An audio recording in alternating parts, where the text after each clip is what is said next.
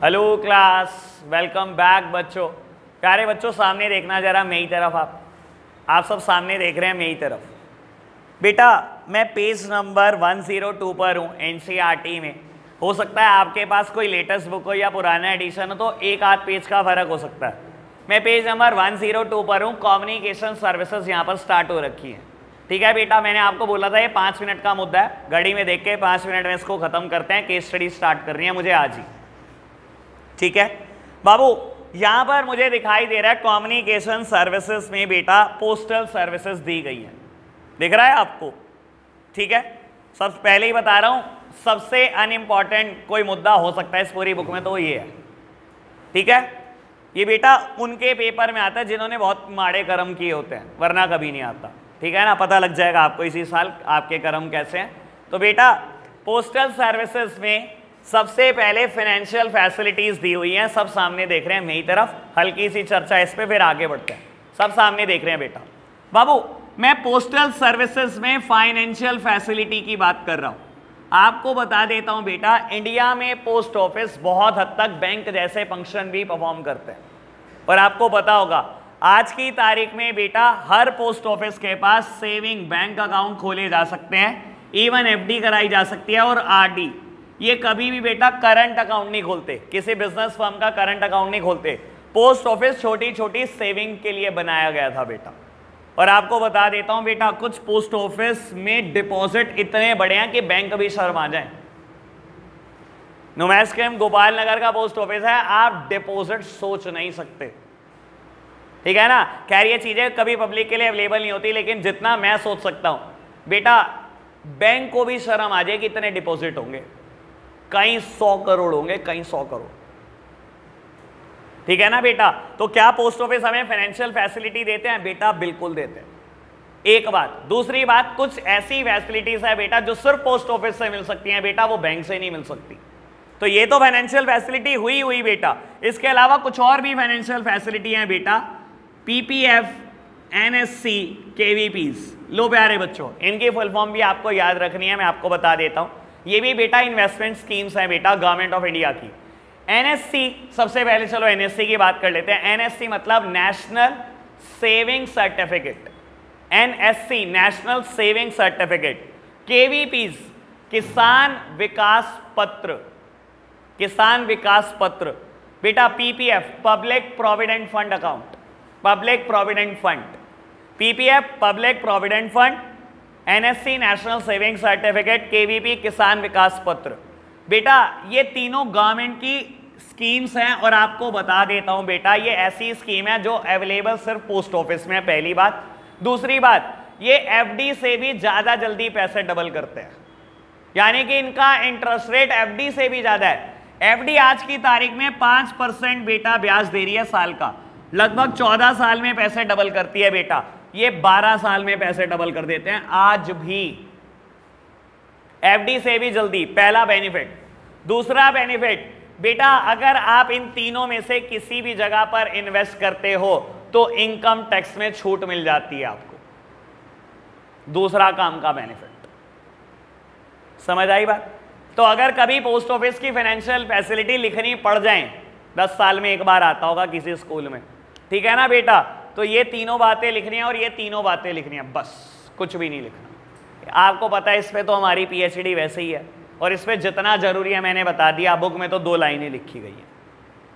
ठीक है बेटा, बढ़े आगे। फाइनेंशियल फैसिलिटी खत्म, चलो आगे बढ़ रहे हैं बेटा। बुक से ही, सबके पास बुक है, बुक से ही पढ़ रहा हूं मैं कुछ बातें। आगे बढ़ना बेटा। Second one is male facility. वैसे बता देता हूं, मेरा तो मन भी नहीं करता है टॉपिक जब शुरू हो जाता है। मेल फैसिलिटी मतलब चिट्ठी। भाई कौन सा जमाना चल रहा है ये? मुझे तो लग रहा है भाई 19वीं सेंचुरी में पढ़ा रहा हूं मैं।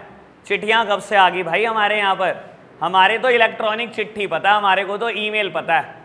हमारे को भाई मेल नहीं पता, हमें ईमेल पता होती है। ठीक है ना, वो पढ़ाओ भाई साहब, वो तो सिखाऊं मैं, मुझे भी अच्छा लगे। खैर चलो पढ़ लो। जितने दिए हुए हैं बेटा, 7 पॉइंट दिए हुए हैं, 7 में से 3 से 4 तो मैं कटवा दूंगा, जो काम के ही नहीं है बेटा। लो पढ़ लो। पहला बोलता है ग्रीटिंग पोस्ट। ओ भाई कब भेजने लगे हम ग्रीटिंग पोस्ट? हमारी जीआईएफ की फाइल के जमाने में बेटा आप ग्रीटिंग पोस्ट की बात बता रहे हो? ठीक है ना, काटा मार दो भाई पहले पॉइंट को। ग्रीटिंग पोस्ट, मीडिया पोस्ट, काटा। ये नहीं भेजा करते हम आज की तारीख में। मैं बता रहा हूं ना ये बहुत पुराना है। ये समझ लो बेटा 2009 में ये बुक मैंने पढ़ी थी और आज 2021 में आप पढ़ रहे हो विदाउट अ सिंगल चेंज। 12 साल, ठीक है ना। मेरे टाइम तक चलो फिर भी बर्दाश्त हो जाता मुझे, कोई स्मार्टफोन नहीं था भाई, चलो पोस्ट जा सकती है। आप भेजते हो GIF फाइल, हैप्पी दिवाली, आइए कह रहे हैं ग्रीटिंग भेजो भाई। ये कौन से जमाने में जी रहे हो भाई। ग्रीटिंग पोस्ट काटा मार दो, मीडिया पोस्ट काटा मार दो, थर्ड पॉइंट भी काटा मार दो, 7th पॉइंट पढ़ लो, काटा तो इस पे भी मारना है हमने। कहता है e bill post is our latest offering, latest offering बता रहा है इसको, latest offering of the department to collect bill payment across the counter of BSNL and Bharti Airtel. बाबू कह रहा है जो BSNL और भारती एयरटेल, एयरटेल को बेटा कंपनी का नाम भारती एयरटेल है, कह रहा है जो ये पोस्ट पेड कनेक्शन इशू करते हैं इसके बिल जमा करता है पोस्ट ऑफिस, और ये लेटेस्ट ऑफरिंग बता रहा है। भाई उनके अपने स्टोर आए हुए 20-20 साल हो गए, उनके अपने स्टोर पे बिल जमा होते हैं, कब से पोस्ट ऑफिस करने लगा। ये कौन सी ऑफरिंग, लेटेस्ट ऑफरिंग बता रहे हो। ये गए हुए भी 25 साल हो गए होंगे इस जमाने को, काटा मार दो, मुझे नहीं पढ़वाना। अब रही बातें बेटा बीच की 3, ये बड़े काम की बातें हैं बेटा, 4th, 5th एंड 6th। आपको बता देता हूं, पहले 5th पॉइंट पढ़ेंगे। Passport facilities are unique partnership with the ministry of external affair for facilitating passport application. Sir देखो मैं आपको एक बात बताता हूं, आज से 12-15 साल पहले ये पॉइंट करेक्ट था, करेक्ट था बिल्कुल। पोस्ट ऑफिस क्या करते थे बेटा, पासपोर्ट की एप्लीकेशन को प्रोसेस किया करते थे, ठीक है।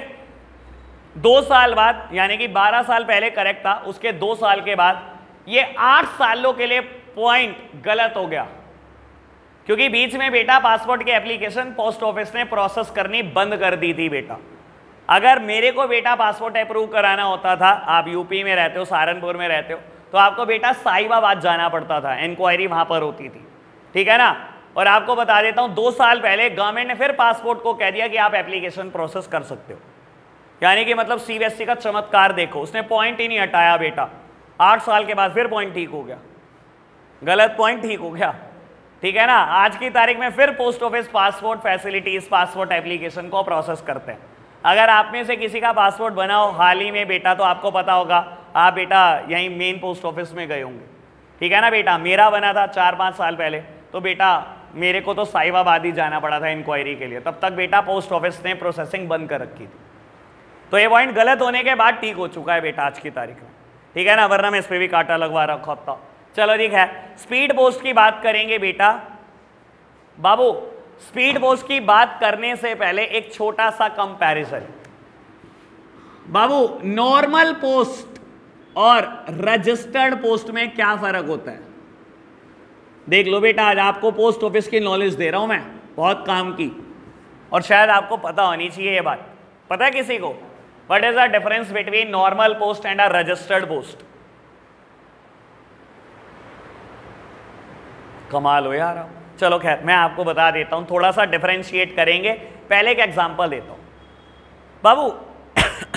मान लो अमृतसर से किसी एक इंसान ने चिट्ठी डाली और उसने अपने रिलेटिव के यहां पर चिट्ठी डाली, और बेटा मान लो उसका रिलेटिव माधोनगर में रहता है, ठीक है।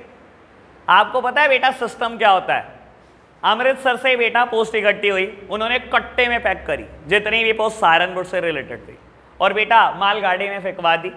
यहाँ से बेटा रिसीव हुई, और सबसे पहले ये बेटा ये कट्टा पूरा बंडल ये उठकर जाएगा सहारनपुर के मेन पोस्ट ऑफिस में। आपको पता हो तो बता देता हूँ, पंजाब होटल के बिल्कुल बराबर वाला हमारा मेन पोस्ट ऑफिस है, ठीक है बेटा। वहाँ पर आप क्या करते हो, जैसे ही आपने इस बंडल को खोला, आप बेटा पोस्ट का ना बाइफिकेशन करते हो कि कौन सी किस एरिया की है, क्योंकि बेटा हर एरिया का पोस्टमैन अलग है, पता होना चाहिए ये बात, हर एरिया का पोस्टमैन अलग है।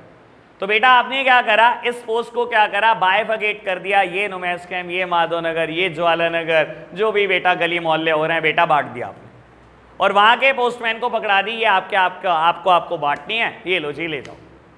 अगर ये नॉर्मल पोस्ट है तो पोस्टमैन क्या करते हैं बेटा, जैसे ही निकले बेटा वहां से पोस्ट बांटने के लिए, 5 मिनट की दूरी पर उन्होंने माचिस निकाली, आग लगाई, होगी पोस्ट डिलीवर। सर ऐसी होती है इंडिया में पोस्ट डिलीवर, नॉर्मल पोस्ट, आपको भी पता होगा कितने लोगों के लिए कितनी चिट्ठियां आती हैं और कितनों को क्या रिसीव होती है। ठीक है, आपने शायद वो जमाना नहीं देखा, हमने देख रखा है। ऐसी होती थी बेटा पोस्ट डिलीवर। ठीक है ना, यानी कि समझ गए होंगे, गुड्स या पोस्ट या बेटा कुरियर कभी अपने डेस्टिनेशन पे पहुंचा नहीं करते थे।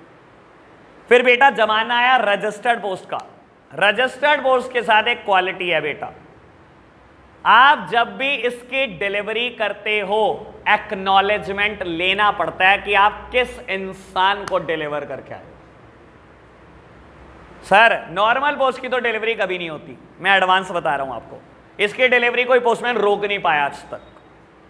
ऑब्वियसली इसके चार्जेस कुछ ज्यादा होंगे बेटा, लेकिन ये 100% डिलीवर होगी, 100%। क्योंकि बेटा आपको साइन कराने होते हैं, किसको देकर आए हो। समझ में आया फर्क क्या होता है नॉर्मल पोस्ट और रजिस्टर्ड पोस्ट में? पहली बात। ओके बात, अब बता दूं स्पीड पोस्ट क्या होता है। स्पीड पोस्ट रजिस्टर्ड पोस्ट का ही बेटा एडवांस वर्जन है। ठीक है ना, नाम से ही क्लियर हो रहा है बेटा स्पीड पोस्ट, तो बेटा बहुत स्पीडी होगा। अगर ये 1 हफ्ते में पहुंचता है किसी जगह पे तो स्पीड पोस्ट 24 घंटे में 24 घंटे में पहुंच जाती है बेटा। यहां से कानपुर, यहां से दिल्ली, 24 घंटे में पोस्ट पहुंच जाती है। ठीक है ना बाबू। और स्पीड पोस्ट के साथ सबसे अच्छी चीज क्या है बेटा? ट्रैकिंग।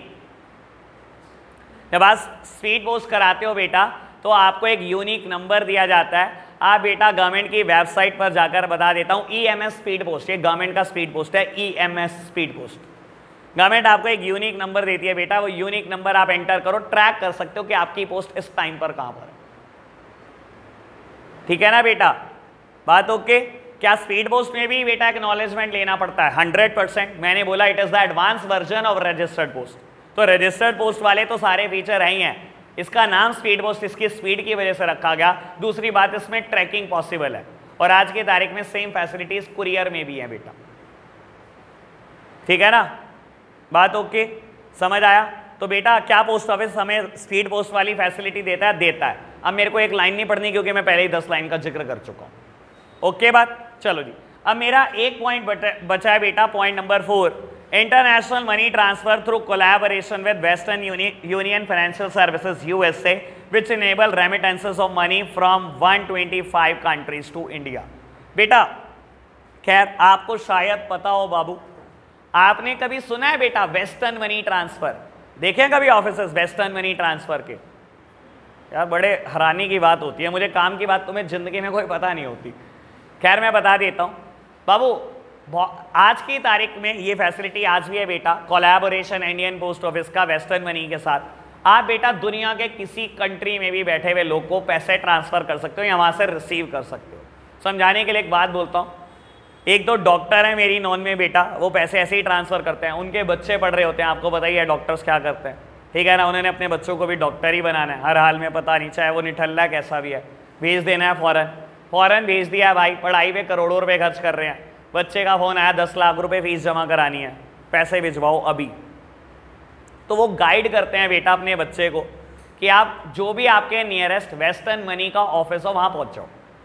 बच्चा वहां पहुंच गया, एड्रेस दे दो इनको, दे दिया, ये पोस्ट ऑफिस जाएंगे 10 लाख जमा करेंगे, यहां से बेटा ये वेस्टर्न मनी को बोलेंगे कि मेरे पास पैसे रिसीव हो गए, वेस्टर्न मनी वहां से पैसे दे देगा, जो भी कमीशन काटते हैं काट लेंगे। तो क्या फंड ट्रांसफर किए जा सकते हैं बेटा? बहुत तेजी के साथ फंड ट्रांसफर किए जा सकते हैं। Post office linked with the western money, दुनिया के किसी कोने में पैसा ट्रांसफर करा लो ऑन कमीशन बेसिस, ये कमीशन काटते हैं इस चीज की। बात ओके, बढ़े आगे, चलो जी बढ़ते हैं आगे बेटा, बात करते हैं टेलीकॉम सर्विसेज की।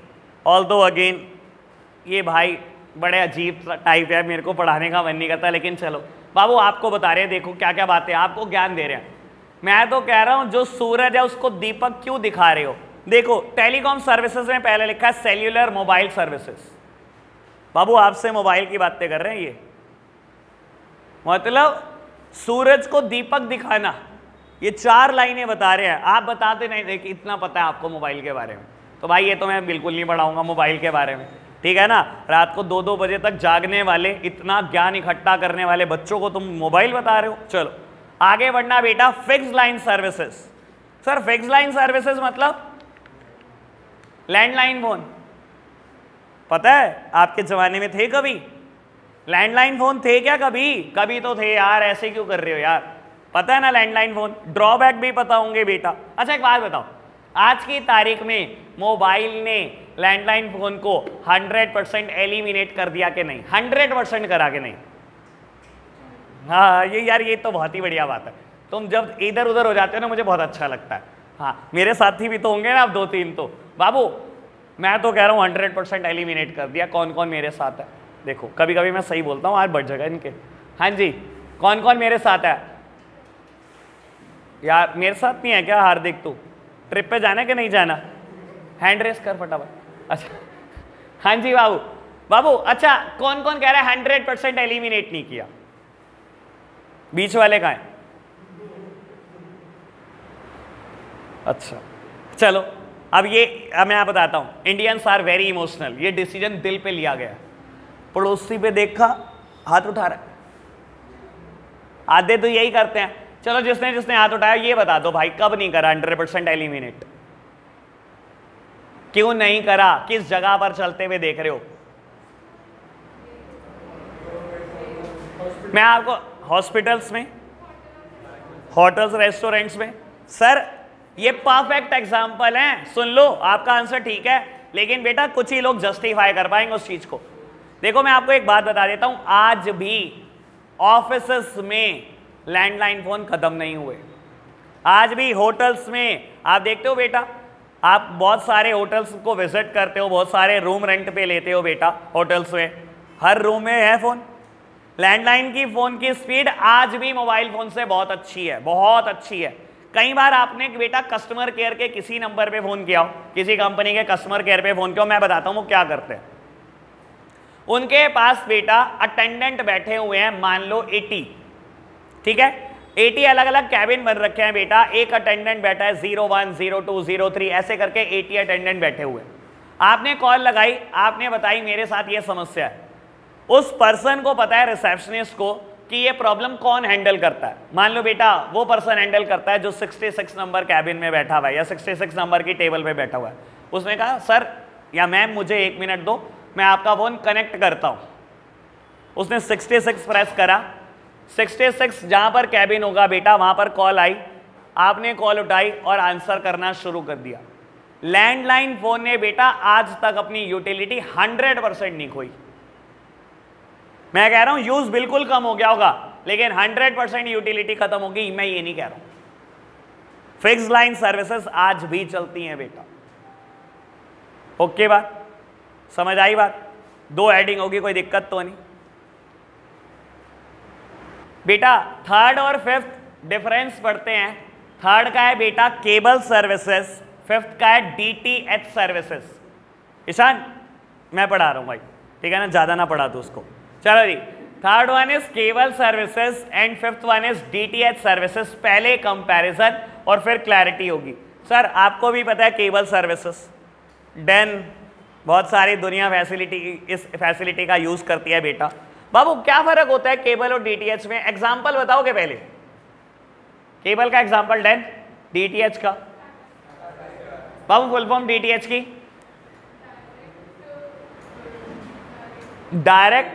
Direct to home, direct to home. अच्छा एक बात बताओ, बारिश आ गई बहुत तेज, केबल बंद होगा, डीटीएच केबल चलता है?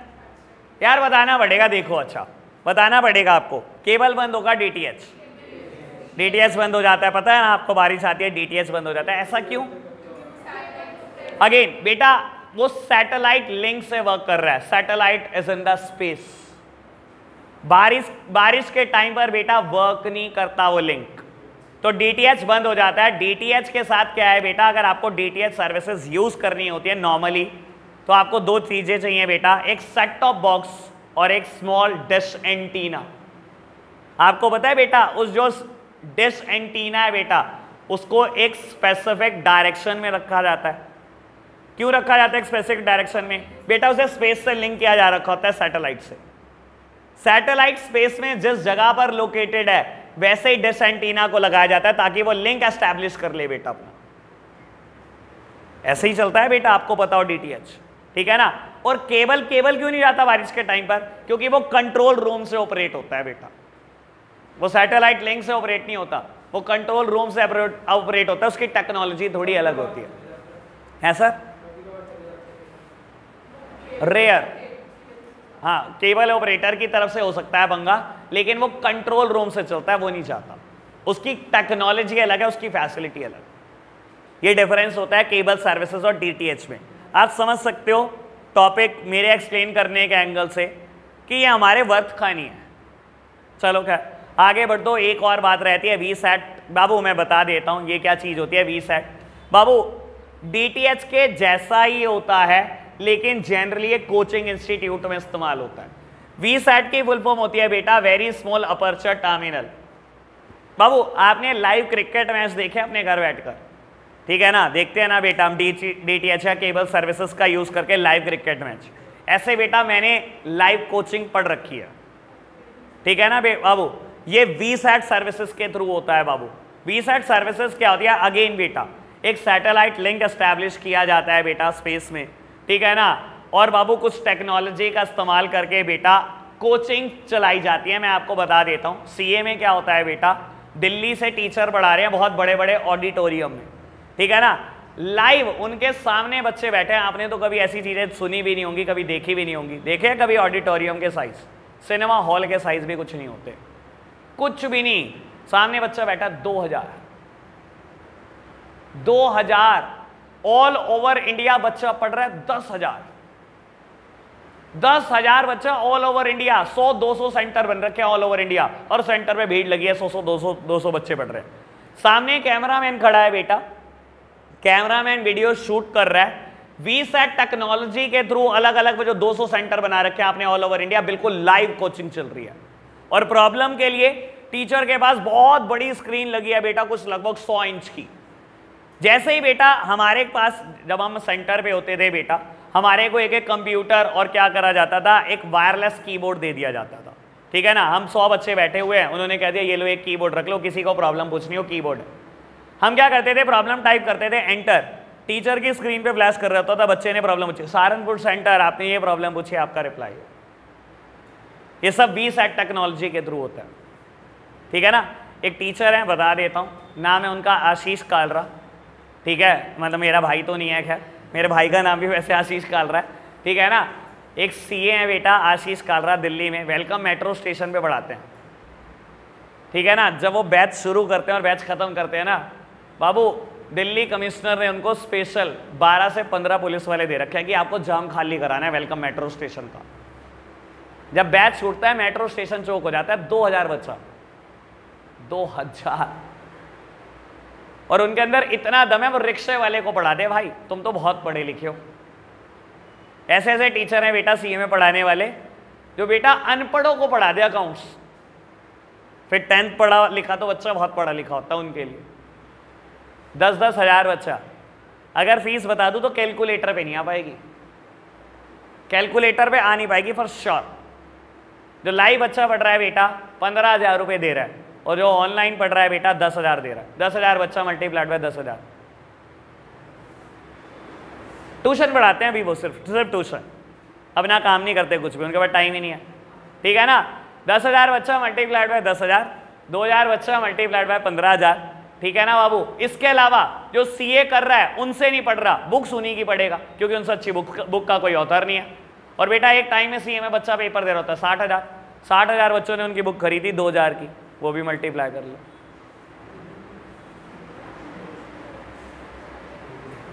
लगा आज कमाई हो सकती है ट्यूशन में। चलो खैर, लो प्यारे बच्चों, टॉपिक फिनिश, बड़े आगे। बेटा केस स्टडी की बुक लाने को कही थी, एबीसी से केस स्टडी स्टार्ट करेंगे, फटाफट से केस स्टडी की बुक निकालना आप।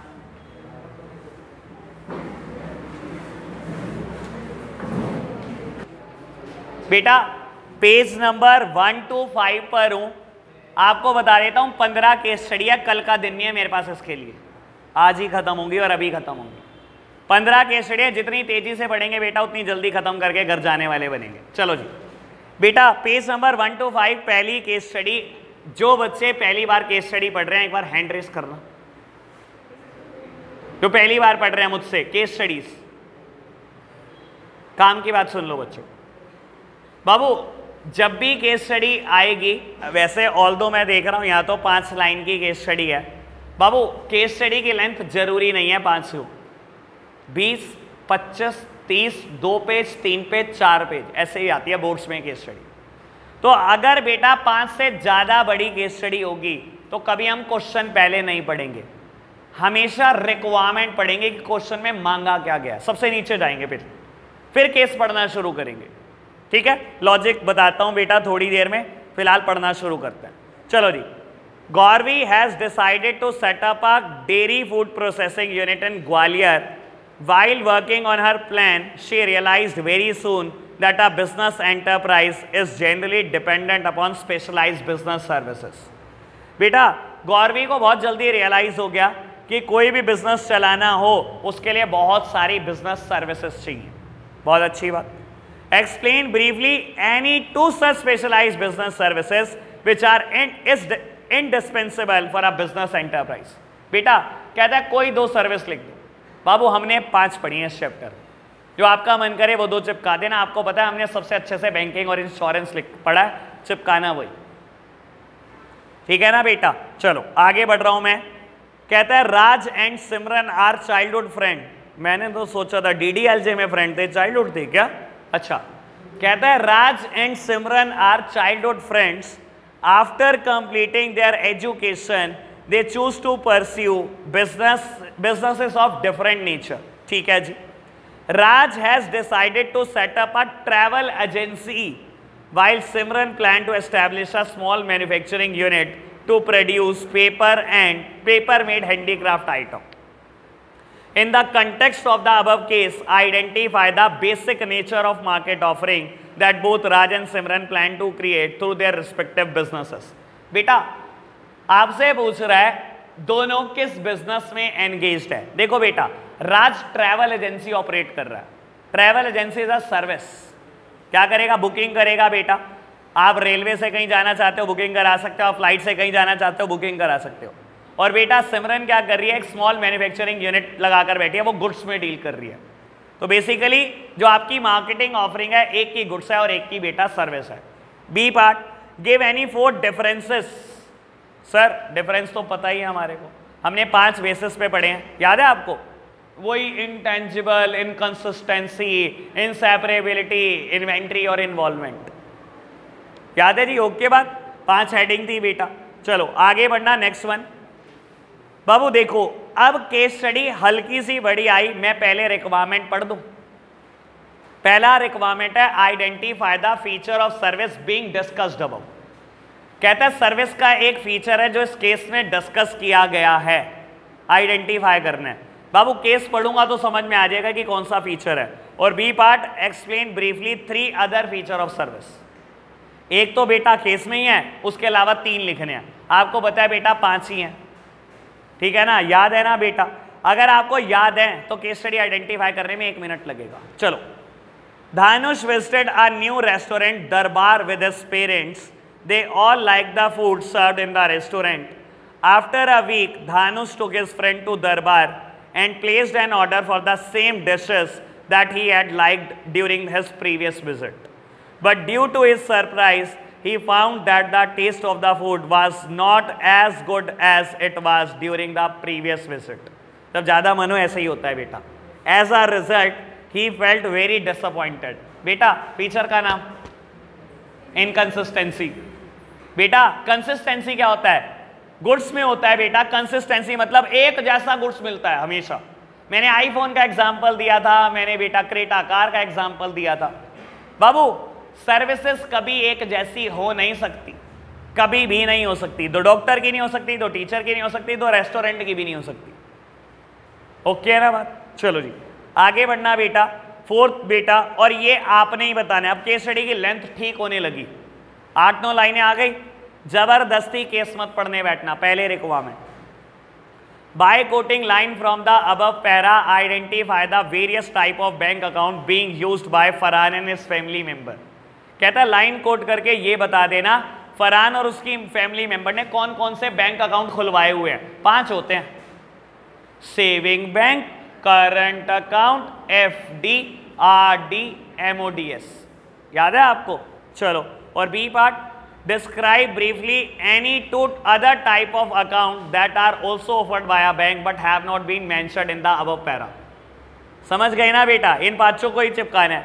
3 वो जो बेटा यूज हुए हुए हैं केस में और 2 वो जो यूज नहीं हुए हुए। ठीक है जी, पढ़े आप बाबू, साथ साथ बताते जाना मुझे, केस ना पूरा पढ़ने का नौबत आए, बता देना कि यहां पर ये अकाउंट है। ठीक है, चलो। धनवन bank is a popular private sector bank offering varied services to its customer.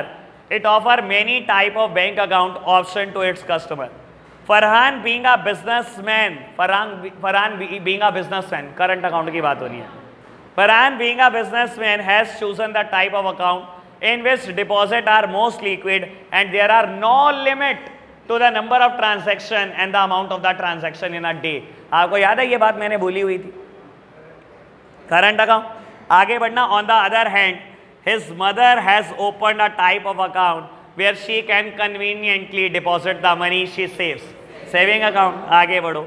These account provide check facility and offer a lot of flexibility for the deposit and the withdrawal of fund from that account. कहता है ये दोनों ही account ऐसे में check facility है और पता है आपको करंट में भी होती है और सेविंग में भी होता है चेक। आगे बढ़ना। कहता है फरहान्स younger brother Sohail has opened a special kind of account wherein he will deposit 1000 every month for next 2 years. RD, RD क्या होती है बेटा? Recurring deposit. कहता है 1000 रुपये महीना देगा अगले 2 साल तक, हर महीने। एफडी में क्या होता है? फिक्स्ड अमाउंट और एक फिक्स पीरियड। रेकरिंग में भी फिक्स्ड अमाउंट होता है, फिक्स पीरियड होता है, लेकिन वो अमाउंट आपको रीअकर करनी पड़ती है, हर महीने जमा करनी पड़ती है। याद है ना? ओके है बात? तो बेटा 3 का डिस्कशन हुआ है, 2 का नहीं हुआ। चिपका दोगे एफडी और एमओडीएस बी पार्ट। चलो 5th वन। बेटा मैं केस नहीं पढ़ता, आपको भी पता है, मैं हमेशा पहले रिक्वायरमेंट पढ़ता हूं अगर केस स्टडी बढ़िया है। व्हाट इज अ चेक लिखा जाएगा। केस पढ़ने की जरूरत है क्या व्हाट इज अ चेक के लिए? बी पार्ट इसी दिन के लिए मैंने आपको कहा है कि पहले रिक्वायरमेंट पढ़ेंगे, क्योंकि केस स्टडी बहुत टाइम खराब करती है। कई बार केस से कुछ भी नहीं पूछा होता, सिर्फ आपका टाइम बर्बाद किया जा रहा है, इसीलिए मैं टाइम बचा रहा हूं आपका। What is a cheque? B part, how is a cheque different from bank draft? Sir बताया हुआ है, ड्राफ्ट कभी डिसऑनर नहीं होता due to insufficiency of fund, जबकि बेटा चेक डिसऑनर हो सकता है। मेरे खाते में 2 रुपए है बेटा, मैं 2 लाख का चेक काट के दे दूं, किसी को क्या पता? ड्राफ्ट दे देगा बैंक मुझे 2 लाख का बिना 2 लाख दिए? कभी भी नहीं। बैंक को एडवांस पैसे दूंगा, कमीशन दूंगा, तब जाके डिमांड ड्राफ्ट देगा। ठीक है ना जी, बात क्लियर? चलो जी आगे बढ़ना। C part, name the banking services which facilitate the transfer of salary to the employee account on the same date self. वैसे एक बात बताऊं, केस तो पढ़ना पड़ेगा, अगर थोड़े से समझदार हो तो केस बिना पढ़े भी काम चला सकते हो। बेटा पढ़ना। कहता है ऐसी कौन सी बैंकिंग सर्विसेज है जिसका इस्तेमाल करके आप एम्प्लॉय के खाते में सैलरी डाल सकते हो सेम दिन में? आरटीजीएस और नेफ्ट। आरटीजीएस और नेफ्ट क्या होता है बेटा? सेम डे में फंड ट्रांसफर हो जाता है कि नहीं हो जाता किसी के खाते से किसी के खाते में? वैसे केस पढ़ लेते हैं, ऑल्दो मैं टाइम खराब कर रहा हूं आपका अपना भी, लेकिन पढ़ लो। चलो। J owns an event management company in Jaisalmer which provide customized facility to meet the need of the customer and ensure a memorable event for them, whether they are planning a workshop, a management seminar, marketing or training sessions. He has a staff of 50 members. Earlier the salary of the staff member are paid through check. The employee had to deposit their check in a bank and had to wait for few days for check to be cleared. ऐसे ही होता है बेटा। कहता है पहले उनकी salary को check दिया जाता था, अब बेटा चेक लगाएगा वो 2-3 दिन में पैसे आएंगे बेटा, इंतजार करना पड़ता है एम्प्लॉई को। कहता है but now the salary reaches their account on the same date self with the help of a particular banking services. Sir RTGS NEFT की बात चल रही है, मजा आ रहा होगा बेटा, ये तो ऐसे लग रहा होगा फूक मारो उड़ा दो। कभी कभी धन्यवाद कर दिया करो मुझे मन में बैठे बैठे, अरे बहुत बढ़िया पढ़ाया भैया। चलो जी खैर आगे बढ़ना बेटा। बाबू 6th क्वेश्चन की बात कर रहे हैं और मजा ही आ जाएगा पढ़कर। पहले आप रीड कर रहे हो, पहली ट्राई आपकी है कि आप समझ पाए कि नहीं। समझदार बच्चों पहले रिक्वायरमेंट पढ़ा करते हैं। Identify and explain the principle of insurance which has been violated in above case. Violated मतलब तोड़ा गया, कहता है कौन सा प्रिंसिपल ऑफ इंश्योरेंस तोड़ा गया, और मैंने आपको कहा था केस स्टडी सिर्फ यहां से आएगी, कोई स्कूल हो यहीं से आएगी बेटा। और आप गिनना बेटा कितनी केस स्टडी कराई मैंने इंश्योरेंस के ऊपर, गिनना अब से। चलो जी, कहता है Gauri took an insurance policy for her home without disclosing that the home is being used to house a catering business. ठीक है जी बेटा, गौरी ने एक इंश्योरेंस पॉलिसी ली अपने घर के लिए, लेकिन बेटा ये नहीं बताया इंश्योरेंस कंपनी को कि कैटरिंग सर्विसेज के लिए घर का इस्तेमाल किया जाता है। कहता है after few month a gas cylinder explosion caused major damage to her property. Consequently, she filed a claim against the insurance company for compensation of loss. On investigating the matter, the insurance company discovered about the commercial use of the home and refused to pay any claim. Identify and explain the claim. Sir समझ गए होंगे क्या छुपाया आपने? Material fact related to policy. काम की बात ही छुपा ली बेटा, छुपानी अलाउड थी? नहीं बेटा, बाद में मना कर सकता है ना इंश्योरर की मैं नहीं देता क्लेम, जो होता है कर लो। तो सर ये एटमोस्ट गुड फेथ की बात चल रही है, हमने यहाँ पर वो है ए और हार्ट अटैक की बात की थी। चलो जी आगे बढ़ना बेटा, पहली ट्राई आपकी है, पहली ट्राई आपकी है। चलो जी बेटा, कहता है Ajit is the owner of a taxi cab and he get it insured because he is getting income from it. बाबू एक टैक्सी चलाता है, ठीक है ना, उसने उसका इंश्योरेंस ले लिया क्योंकि उससे उसको इनकम आती है। But if is sell it he will not have any concern left in the taxi cab. कहता है लेकिन अगर आपने टैक्सी बेच दी तो आपका टैक्सी से कोई लेना देना नहीं है, ना इंश्योरेंस का कोई लेना देना है। Identify and explain the principle of insurance which is applicable in the above case. समझदार बच्चों को इशारा काफी, प्रिंसिपल का नाम है इंश्योरेबल इंटरेस्ट। मैं सिर्फ उन्हीं चीजों का इंश्योरेंस ले सकता हूं जिसमें मेरा इंटरेस्ट है, मेरी गाड़ी, मेरी प्रॉपर्टी, मेरी एसेट। लेकिन अगर मैंने बेच दी तो बेटा इंश्योरेंस की क्या वर्थ, वो मेरी नहीं रही तो बेटा इंश्योरेंस मेरा रहेगा? नहीं रहेगा ना। Insurable interest. ओके बात सिंपल है। आगे बढ़ते हैं बेटा, next one. Jeevan insured his property worth ₹10 CR with two insurer AIG limited and MetLife limited for 6 crore and 4 crore respectively. बाबू 10 करोड़ की प्रॉपर्टी को दो अलग अलग इंश्योरर से इंश्योर कराया, 6 करोड़ और 4 करोड़। कहता है due to an earthquake the actual damage cause to the Jeevan's property is 3 CR। तो क्या हुआ, दोनों से 3-3 करोड़ मांग लो। चलो जी, कहता है he filed a complain for 3 CR against each of the insurance company. उसने भी तो वही करा जो मैंने कहा। कहता है दोनों से को 3-3 करोड़ का उसने क्लेम भेज दिया। Identify and explain the principle which has been violated in above case. कौन सा प्रिंसिपल तोड़ दिया? Principle of contribution. इतना अच्छा थोड़ी पढ़ते हम। हाँ जी बेटा, 10 करोड़ की प्रॉपर्टी थी, आपने 6 करोड़ और 4 करोड़ अलग अलग इंश्योरर से इंश्योर करा दिया, लेकिन नुकसान 3 करोड़ हुआ, सॉरी 3 करोड़ हुआ। तो बेटा ये थोड़ी दोनों से 3 करोड़ मांग लोगे बेटा। Insurance is not the contract of making profit. पैसा नहीं बना सकते इंश्योरेंस से आप। क्या होगा बेटा, इस 3 करोड़ को ये दोनों कंट्रीब्यूट करके देंगे उसी रेशो में जिस रेशो में इन्होंने एग्री करा है। यानी कि ये देगा बेटा 3:2 में पे करेंगे। यानी कि बेटा 3 करोड़ में से 3/5 देगी पहली कंपनी जिसका नाम है AIG, और बेटा 2/5 देगी मेट लाइफ, दूसरी कंपनी का नाम मेट लाइफ है। तो बाबू 1 करोड़ 80 लाख रुपए देगी बेटा AIG और 1 करोड़ 20 लाख रुपए देगी MetLife. Principle of contribution. ठीक है जी, यार टाइम लगेगा अभी, चलो कल कर लेंगे बाकी। ठीक है, अभी टाइम लग जाएगा। तो आज के लिए हम इतना ही रखते हैं बच्चों, बाय बाय।